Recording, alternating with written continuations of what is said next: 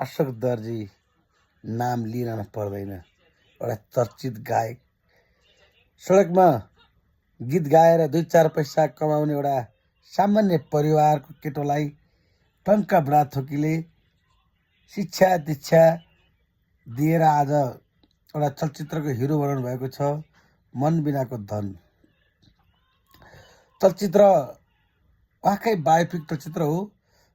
तथापि चलचित्रमा जुन विषय उठान भएको छ, जुन नाम छ, त्यसलाई एउटा चाहिँ प्रुभ गर्नको लागि चाहिँ चलचित्रहरू अन्य पात्रहरू चाहिँ गाँसिएका छन्, जोडिएका छन्। चलचित्र अत्यन्त तपाईँको चाहिँ यथार्थपरक अर्थपरक चलचित्र बनेको छ।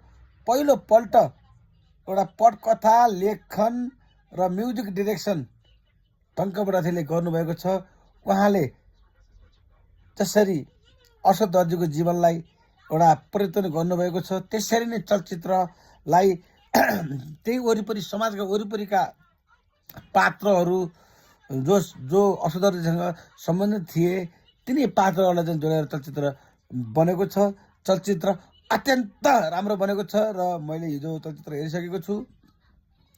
चलचित्र अधिकांश दर्शकहरू बच्चा स्कुले विद्यार्थीहरू रहेका छन्। चलचित्र आफैमा उत्कृष्ट चलचित्र बनेको छ।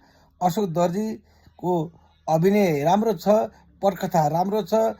जति पनि दर्शकहरू त्यहाँ हलमा थिए सबैजना अश्रुधारा बगाएका थिए र हरेक एक्टरहरू कथासँग जोडिएका छन्।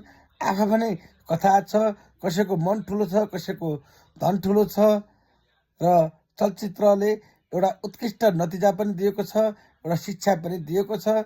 चलचित्र अत्यन्त राम्रो बनेको छ। यसलाई म 5 मा 4.5 स्टार दिन चाहन्छु। Very well direction, very well acting and very well music. By by.